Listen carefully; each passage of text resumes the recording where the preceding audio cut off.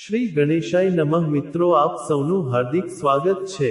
અત્યારે પવિત્ર, પરમ દિવ્ય, અક્ષય પુણ્ય આપનારો અને સર્વ મનોકામના પૂર્ણ કરનારો વ્રતરાજ અધિક માસ એટલે કે શ્રી પુરુષોત્તમ માસ ચાલી રહ્યો છે। ત્યારે આપણે સાંભળી રહ્યા છીએ પુરુષોત્તમ માસના પરમ પવિત્ર, અદ્ભુત, સર્વ પાપનાશક મહાત્મયની પ્રેરણાદાયી પૌરાણિક કથા, લોકવાર્તા અને મધુર સંકીર્તન।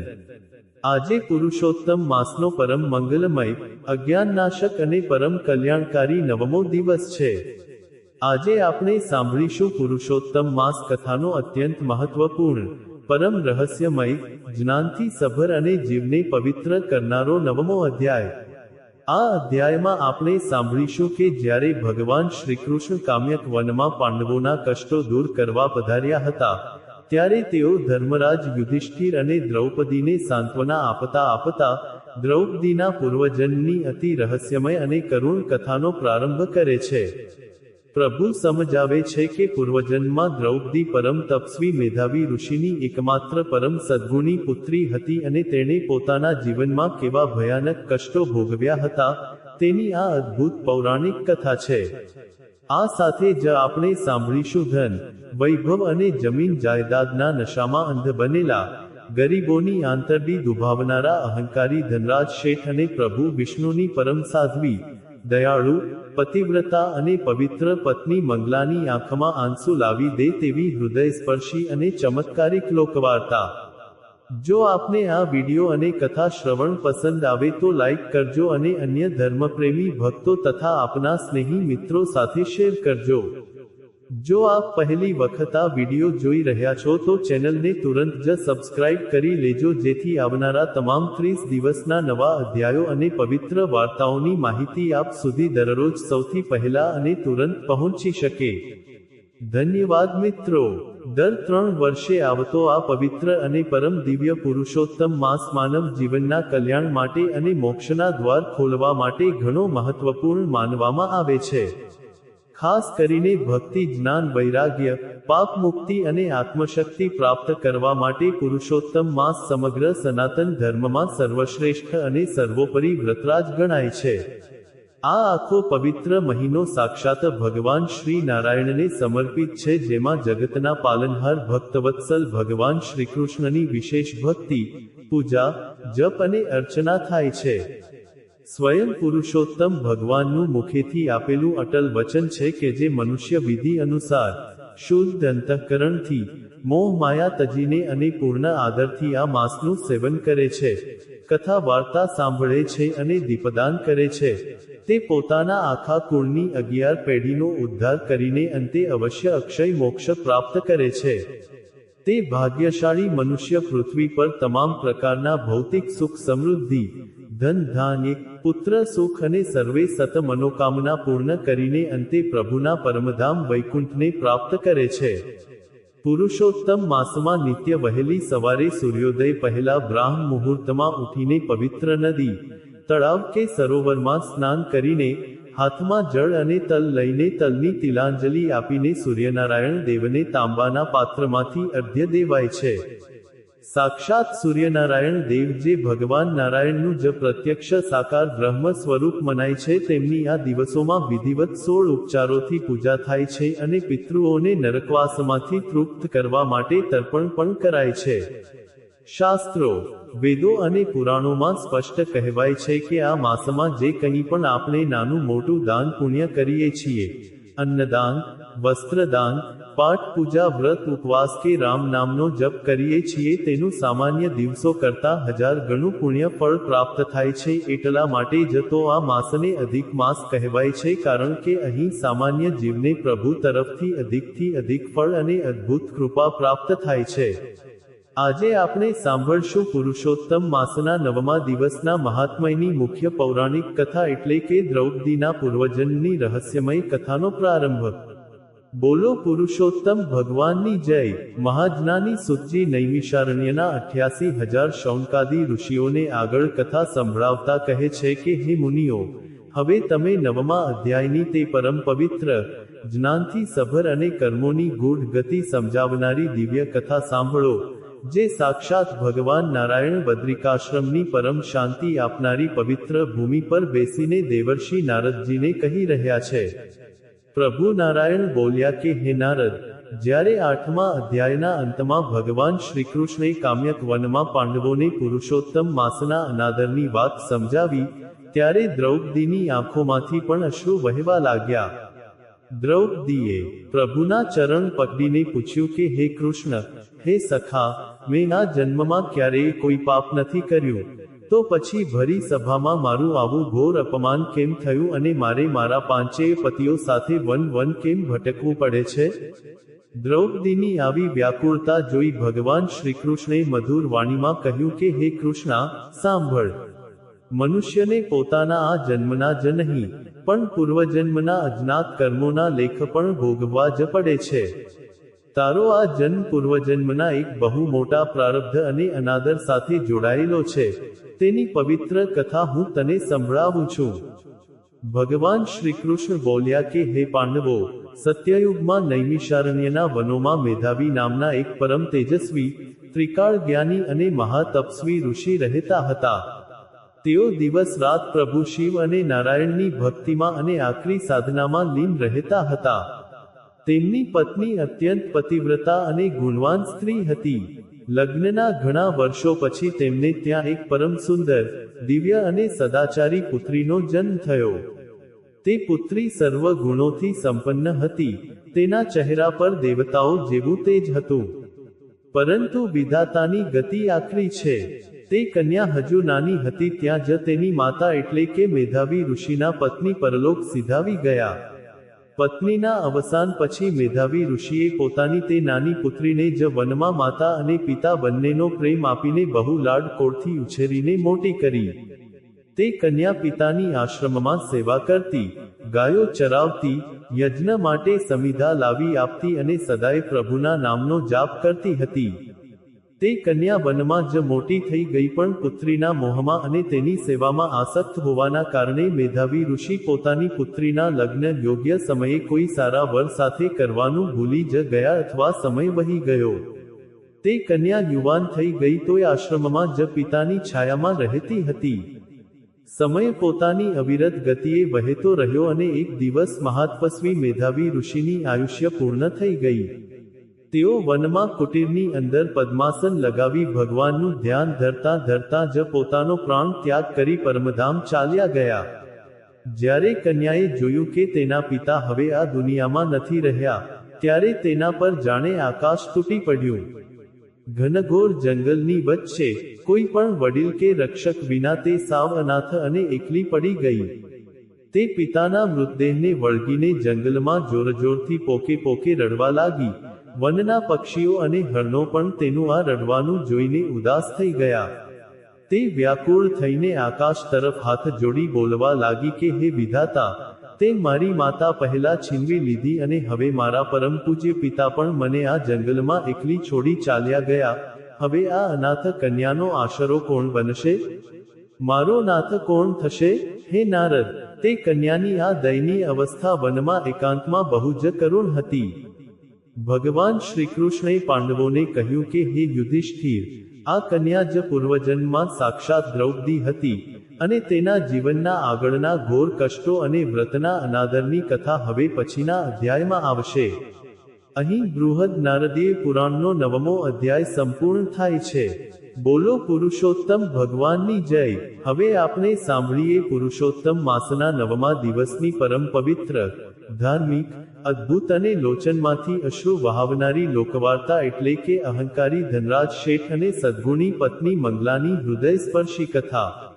બોલો ભગવાન શ્રીકૃષ્ણની જય. પ્રાચીન સમયની આ સત્ય ઘટના છે. જૂનાગઢ નગરીમાં ધનરાજ નામનો એક ભારે પ્રતિષ્ઠિત, વગદાર અને અતિ ધનાઢ્ય મહાજન શેઠ રહેતો હતો. તેની પાસે સોના મોહરોથી ભરેલી મોટી મોટી લોખંડની તિજોરીઓ, અઢળક જમીન જાયદાદ, વહાણો અને સેંકડો નોકર ચાકરોની કોઈ કમી નહોતી. પરંતુ લક્ષ્મીની અતિશય પ્રબળતા અને સત્તાના કારણે ધનરાજ શેઠ મનનો ભારે લોભી, કંજૂસ, ક્રૂર અને અભિમાની માણસ હતો. તે સદાય ગરીબ વ્યાપારીઓ અને લાચાર ખેડૂતોને પોતાના વ્યાજના ચક્રવ્યૂહમાં ફસાવી તેમના ઘરો અને જમીનો પડાવી લેતો હતો. તેના મનમાં એવો ઘોર ઘમંડ હતો કે ધનથી મોટું જગતમાં કે આકાશમાં કંઈ નથી અને પૈસાથી ગમે તે માણસને અને તેના ભાગ્યને પણ ખરીદી શકાય છે. ધનરાજ શેઠના ભવ્ય મહેલમાં ક્યારેય કોઈ ધર્મનું કાર્ય, સત્યનારાયણની પૂજા કે હરિ કીર્તન થતું નહોતું અને તેના ઘરના આંગણેથી ક્યારેય કોઈ ભિખારી, અનાથ કે ભૂખ્યા સાધુને અન્નનો એક નાનો દાણો પણ મળતો નહીં. તે સદાય રાડાપાડ કરી, લાકડીઓ બતાવી ગરીબોને આંગણેથી હળદૂત કરી કાઢી મૂકતો હતો. ધનરાજ શેઠની પત્નીનું નામ મંગલા હતું. મંગલા પોતાના નામ પ્રમાણે જ અત્યંત મંગલકારી, ચરિત્રવાન, ગંગા જેવી પવિત્ર, દયાળુ અને ભગવાન નારાયણની પરમ ભક્ત સ્ત્રી હતી. તે નિત્ય સવારે વહેલા ઉઠી પ્રભુની પૂજા કરતી અને ગરીબોની આંતરડી ઠારવા માટે શેઠની ગેરહાજરીમાં નોકરોથી સંતાડીને અન્ન અને વસ્ત્રોનું ગુપ્ત દાન આપતી હતી. તે અવારનવાર ધનરાજ શેઠના પગ દબાવીને, હાથ જોડીને રડતી રડતી સાચા હૃદયથી વિનંતી કરતી કે હે નાથ, હે મારા સ્વામી, આ ગરીબોને સતાવીને મેળવેલું અનીતિનું ધન આપણને ક્યારેય શાંતિ કે સુખ નહીં આપે. લક્ષ્મી તો ચંચળ છે અને અહંકારનો નાશ નક્કી છે. માટે આ પાપનો આ અહંકાર છોડો અને થોડું દાન પુણ્ય કરો, ભગવાનથી ડરો. પણ અહંકારી ધનરાજ શેઠ પત્નીની આવી પવિત્ર અને જ્ઞાનની વાત હસી કાઢતો, તેને મૂર્ખ કહેતો અને તેનું ઘોર અપમાન કરી ઓરડામાંથી કાઢી મૂકતો હતો.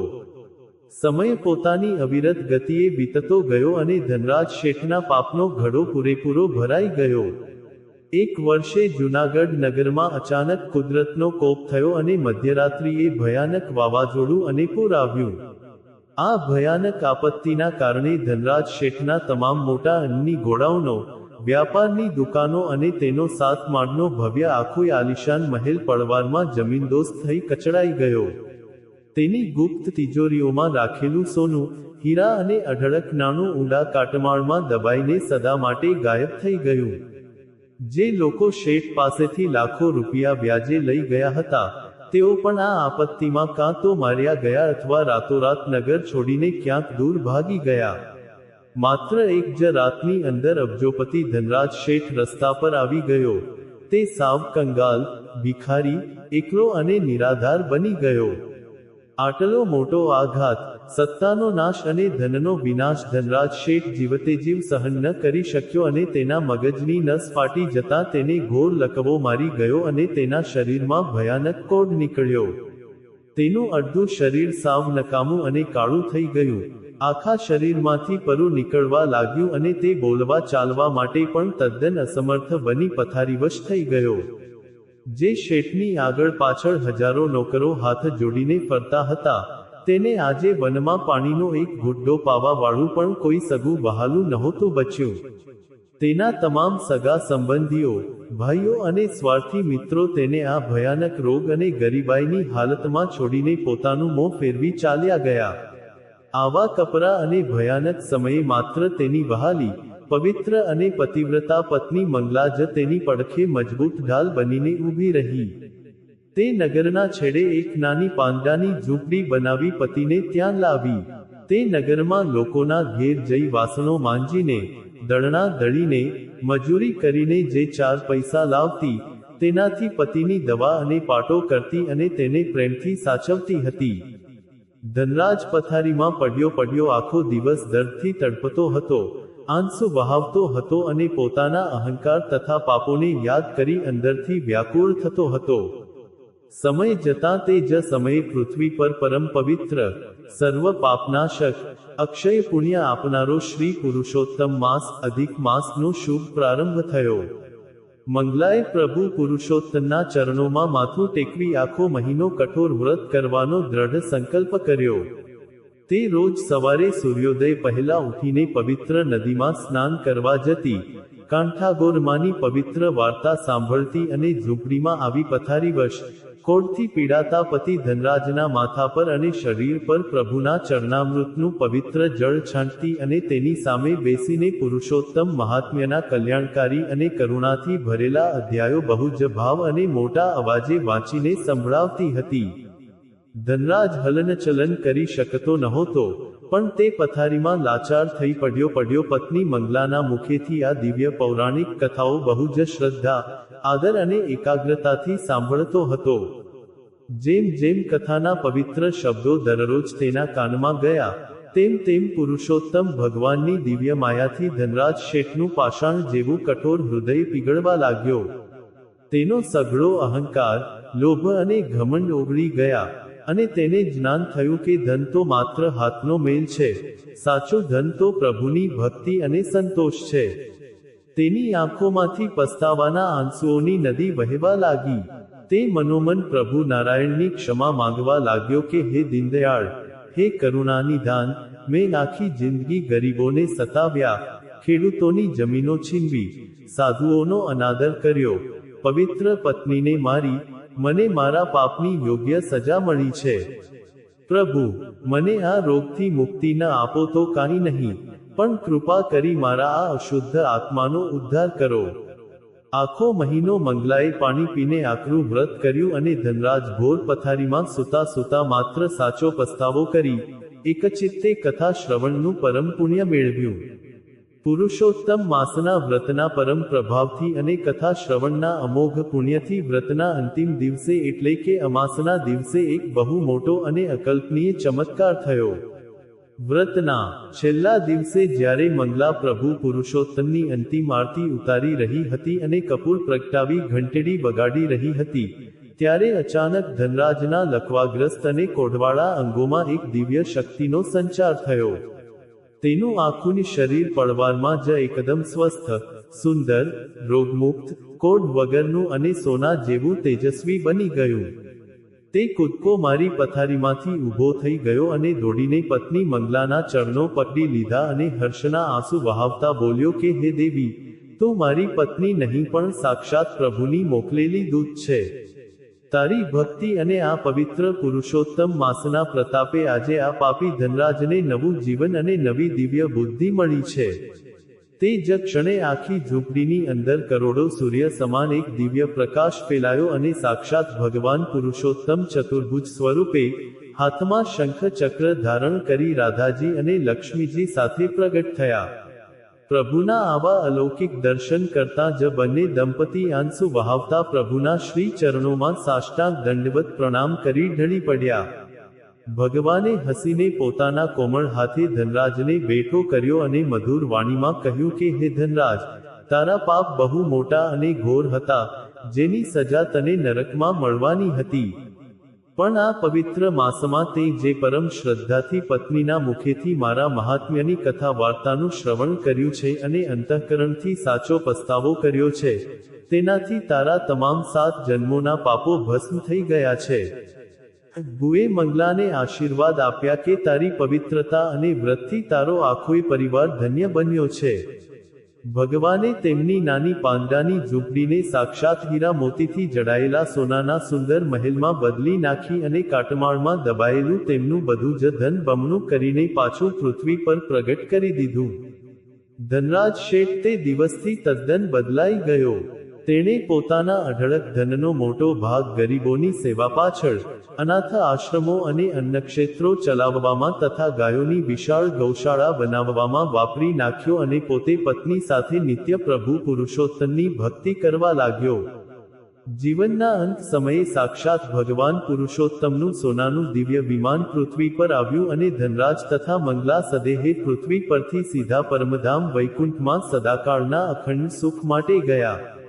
હે ભગવાન પુરુષોત્તમ, જેવા તમે ધનરાજ શેઠનો સાચો પસ્તાવો સ્વીકારી મંગલાની ભક્તિ અને વ્રતથી તેમના પર પડ્યા અને તેમનો ઘોર કષ્ટોમાંથી ઉદ્ધાર કર્યો, તેવા આ પવિત્ર 9મા અધ્યાયની દિવ્ય કથા કહેનાર, સાંભળનાર, પૂજન કરનાર અને આ વિડિયો શ્રદ્ધાથી જોનાર સૌ ધર્મપ્રેમી ભક્તોને ફળજો અને સૌનું પરમ કલ્યાણ કરજો. બોલો પુરુષોત્તમ ભગવાનની જય. તો વહાલા ધર્મપ્રેમી મિત્રો, આપણે સાંભળ્યું પુરુષોત્તમ માસના નવમા પવિત્ર દિવસના મહાત્મયની અતિ દીર્ઘ, સૌથી મોટી અને દ્રૌપદીના પૂર્વજન્મની પૌરાણિક કથા તથા તેની શ્રેષ્ઠ બોધ આપનારી લોકવાર્તા. મને પૂર્ણ શ્રદ્ધા, વિશ્વાસ અને આશા છે કે આપને આ સુંદર વિડિયો જરૂરથી પસંદ આવ્યો હશે. આવો હવે આપણું મન અને વાણી પવિત્ર કરવા માટે 2 મિનિટ પ્રભુના શ્રી ચરણોમાં ધ્યાન ધરીને ભગવાન પુરુષોત્તમનું પરમ મધુર અને દિવ્ય સંકીર્તન પ્રેમપૂર્વક કરીએ. બોલો પૂર્ણ પુરુષોત્તમ ભગવાનની જય. હે કરુણાના કરનારા, તારી કરુણાનો કોઈ પાર નથી. હે સંકટના હરનારા, તારી કરુણાનો કોઈ પાર નથી. મારા પાપ ભર્યા છે એવા હું તો ભૂલ્યો કરવી તારી સેવા. મારી ભૂલોના ભૂલનારા, તારી કરુણાનો કોઈ પાર નથી. હે પરમ કૃપાલુ વહાલા, મેં તો પીધા જગતમાં વિષના પ્યાલા. એ વિષને અમૃત કરનારા, તારી કરુણાનો કોઈ પાર નથી. હું તો અંતરમાં થઈ રાજી, નિત્ય ખેલ્યો હું અવળી પાજી. એ અવળીને સવળી કરનારા, તારી કરુણાનો કોઈ પાર નથી. મને જડતો નથી સંસારમાં કિનારો, મારો ક્યાંથી આવે આ નૈયાનો આરો. મારા સાચા ખેવનહારા, તારી કરુણાનો કોઈ પાર નથી. ભલે છોરું કછોરું થાય પણ તું તો સાચો માવતર કહેવાય. મીઠી છાયાના દેનારા, તારી કરુણાનો કોઈ પાર નથી. છે ભક્તનું દિલ આજે ઉદાસી, તારા ચરણે લેજે મને અવિનાશી. રાધાના દિલ હરનારા, તારી કરુણાનો કોઈ પાર નથી. હે કરુણાના કરનારા, તારી કરુણાનો કોઈ પાર નથી. હે સંકટના હરનારા, તારી કરુણાનો કોઈ પાર નથી. બોલો ભગવાન પુરુષોત્તમની જય. શ્રી રાધા કૃષ્ણ ચંદ્ર દેવની જય. મિત્રો, મને આટલી શાંતિ અને ભક્તિભાવથી સાંભળવા માટે આપ સૌ શ્રોતાઓનો ખૂબ ખૂબ ધન્યવાદ. આવતીકાલે આપણે પુરુષોત્તમ માસના 10મા અધ્યાયની દિવ્ય અને અતિ દીર્ઘ કથા સાથે ફરી મળીશું. ત્યાં સુધી પ્રભુ ભક્તિમાં લીન રહો. આપ સૌ ભક્તોને મારા હૃદયપૂર્વકના જય શ્રી કૃષ્ણ.